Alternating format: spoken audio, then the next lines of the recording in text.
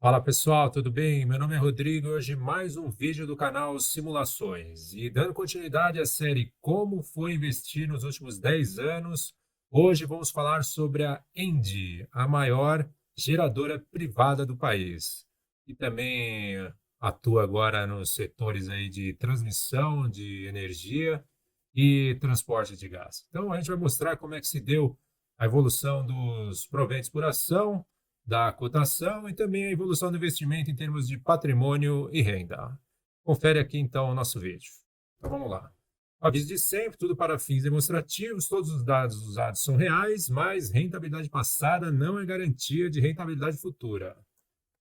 E se você gostar do nosso conteúdo, se inscreve aí nos nossos canais, aqui no YouTube, no Instagram e também no Twitter.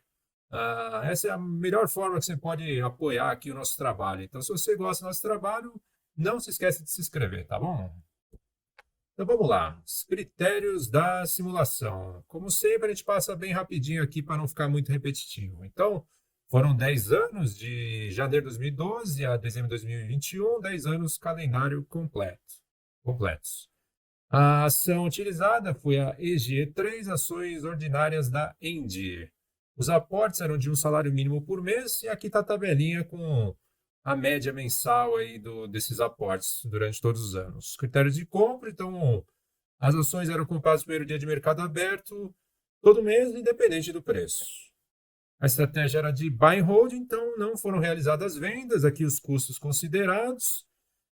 Todos os proventos eram reinvestidos e compravam novas ações, se juntava ao caixa, o aporte, né, e compravam novas ações. E aqui estão os critérios do Tesouro Direto. Então vamos lá, vamos para os resultados. Então aqui a gente tem os resultados de cotação, como que a cotação variou durante esses 10 anos. Lembrando que aqui é apenas corrigida para eventos de bonificação, desdobramento e agrupamentos. Então é tudo na mesma base, tá, pessoal? Então, cotação inicial de R$ 24,00, cotação mínima teria sido em 2012 mesmo, R$ 23,20. Cotação máxima, janeiro de 2020, R$ 54,33, um pouquinho antes aí da crise da pandemia. E a cotação final de R$ 38,41. Então a gente vê aqui que a variação máxima entre essa, que seria sido a variação entre a cotação máxima e a mínima, de 134%, uma variação tão grande, né, comparado aí com outras ações que a gente viu. Do fim ao início, teria sido de 60%, e o IPCA no período de 79,8%. Então a gente vê aqui, né, no fim para o início, simplesmente ela cresceu menos aí que o IPCA, o que já dá a entender, né, aí para uma elétrica, pelo menos aí não costuma crescer tanto, então o teu retorno vem mais aí por dividendos e para você reinvestir o dividendo, tá, pessoal? Aqui o desvio padrão, para a gente saber, né, o quanto que a cotação variou aí em relação a uma média, né? Então a gente teve aqui as ações da Engie, variando menos aqui que o Ibovespa, até que é uma surpresa, né? Porque o Ibovespa seria uma média do mercado, né? Representa uma carteira. E é surpreendente, né? Uma ação única aí variar menos do que uma carteira de ações, aí, com um desvio padrão de 1,58%, aí, desvio padrão diário, e só que maior que o IFIX, né? O que é esperado, porque fundos imobiliários costumam variar menos. Então, variou aí, ficou no menor que o Ibovespa. Surpreendente. Agora, em termos dos proventos por ação, o que, que a gente teve? Então, novamente, né, o que, que é importante aqui é essa TIR, né, a taxa interna de retorno, que representa aí o crescimento médio durante esses 10 anos. Então, o que, que a gente teve aqui? Não cresceu. Praticamente aí a gente ficou aí no mesmo patamar durante todo o tempo, né? Claro que isso daqui é uma média, né? Como a gente vai explicar aí agora com o gráfico, né? E comparado com a TIR do IPCA aí deu praticamente 6%. Então a gente não teve aí um crescimento dos proventos, tá? Um crescimento real, porque ficou abaixo da inflação. E o que, que a gente tem aqui, né? Em 2012, 1,82 por ação. E aí aqui a gente vê, né, que vai um pouquinho para cima, para baixo, para cima, para baixo, mas a média, isso daí que é o que a TIR fala para a gente, ficou como se tivesse sido distribuído aí esses 1,82 aí ao longo dos anos. Então, não variou. Essa que é a ideia, né? A gente teve ano mais baixo, ano mais alto, mas na média ficou assim no mesmo patamar. Essa que é a ideia, né? Então, a gente teve aqui o pior ano, foi 2015, até vi aqui que o payout foi baixo, também associado aí à crise, né? Governo Dilma, canetada e tudo mais, né? Então, isso daí pode ter ocasionado aí uma distribuição diferente aí pela companhia. Mas eu vi pelo resto dos outros anos a distribuição praticamente aí é de 100% do lucro aí que a Indy faz. E até a gente viu aqui em 2018 R$ 3,47.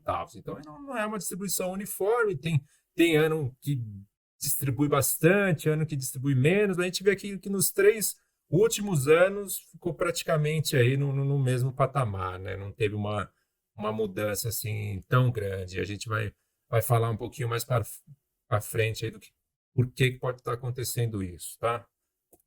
E vamos lá, os resultados do investimento. Então, o que a gente teve aqui? Então, End, né, comparado com o aporte de 104.706, teria ficado aqui na terceira colocação, aí, resultado em um patrimônio final de R$ 161.769, o que teria resultado aí numa rentabilidade PCA mais 3,3%.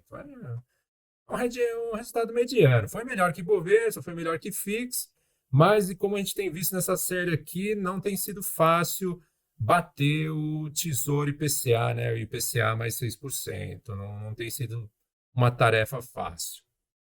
Superou o CDI aqui também, né? Praticamente aí em 2% teria superado o CDI. Todos esses valores são brutos e não consideram possível imposto de renda. Aí aqui é a TIR, que coloca para a gente a rentabilidade média por ano do investimento. Então, o END teria resultado para o investidor 9,3% ao ano durante esses 10 anos. E como dito anteriormente, ficou atrás aí do Tesouro IPCA. Resultado aí, digamos assim, mediano, né? E vamos lá, dando continuidade, aqui a gente vai ver como que se deu a evolução do patrimônio do investidor ao longo desses 10 anos. Então, aqui a gente destaca o máximo do patrimônio teria sido atingido aqui nesse período aí antes da crise da pandemia, R$ 173.998. E os drawdowns, o quanto o patrimônio teria derretido, o máximo teria sido aqui também na crise da pandemia, menos aí quase 30%, menos 29%. E os outros drawdowns aqui teriam ficado aqui abaixo de 15%, né? Então, tirando esse aqui que foi, né, um período bastante atípico, a gente vê, né, que essas empresas aí elétricas distribuem dividendos, elas costumam ter uma variação menor aí do patrimônio, né? E que a gente pode destacar mais aqui também. A gente vê esse período aqui de 2017 até 2019, investimento aqui por vezes ficou até abaixo do IPCA, que é essa linha amarelinha. E acredito que isso daí seja muito relacionado nesse período. A gente teve aí crise hídrica, alguns reservatórios, né, com níveis bem baixos. E como Engie tem uma parte muito relevante, a maior parte aí da receita dela vem da geração de eletricidade, isso daí é algo que afeta bastante a empresa e o mercado acaba batendo, né? Então, possivelmente, a gente teve isso daí. Aí, já aqui, né, quando a gente tem a Selic baixando, os juros baixando, a taxa básica da economia baixando, a gente vê que dá esse salto aqui, né? A gente tem essa expansão aqui do investimento que depois acaba caindo e entregando tudo aqui na pandemia. E nesses aqui últimos 2 anos aí, a gente pode ver que investimento está andando meio que de lado, né? Ficou aqui não cresce, não cai, tá andando de lado, né? E o que está segurando aqui também, né, são os proventos, né? Porque aqui tem o reinvestimento de proventos, tem os aportes também, né? Então é isso que possivelmente está segurando, né? Ah, vamos lá, então, agora comparar, né, com os investimentos aí de renda fixa, o Tesouro Direto. E a gente vê que, como tem sido nessa série aí, o Tesouro IPCA não foi fácil de bater, né? Em grande parte do tempo aí a gente teve o Tesouro IPCA trazendo aí um retorno melhor ao investidor do que teria sido com o Endy. Já o CDI, após 2019, a gente vê que Endy acabou trazendo um resultado melhor. E comparado aí com a média do mercado, né, o Ibovespa aqui, o verdinho, a gente vê que está até, de certa forma, próximo, né? Por vezes aí o Ibovespa superando, por vezes aí o investimento na Endy superando, e o IFIX aí, a tendência foi de Engie apresentar um resultado melhor durante a maior parte do tempo. O que eu gostaria apenas de falar aí sobre Engie, né?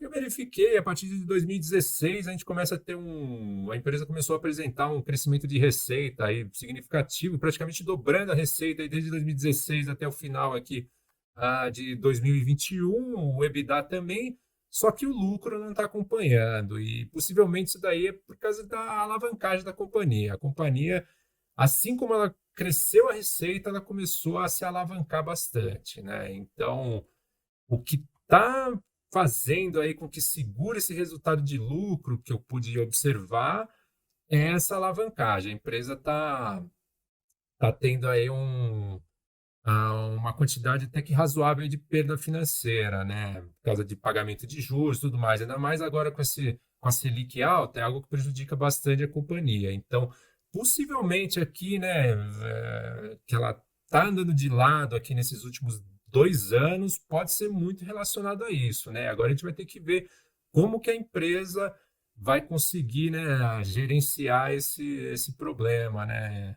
Se ela tem perspectiva aí de reduzir a alavancagem. Agora, com Selic alta, isso é bem difícil, né? Mas pode ser um driver aí de crescimento, né? Esse crescimento, só acrescentando também de receita, ele se deu aí também, a empresa começou a atuar em novos setores, aí como a transmissão de energia elétrica e também o transporte de gás. Então, alguns projetos aí de transmissão, a empresa basicamente tem dois aí projetos, né? Então, um deles vai concluir, a previsão é que seja agora em 2022 e o outro aí no primeiro trimestre de 2023. Então, isso daí pode ser que ajude a diminuir a alavancagem da companhia, já que a receita é bastante previsível, né, no setor de transmissão. Então, fica aí, né, um ponto aí para o investidor observar e, de repente, pode ter um destravamento aí de resultados aí para a companhia, né? Vamos observar, é um ponto que o investidor deve observar.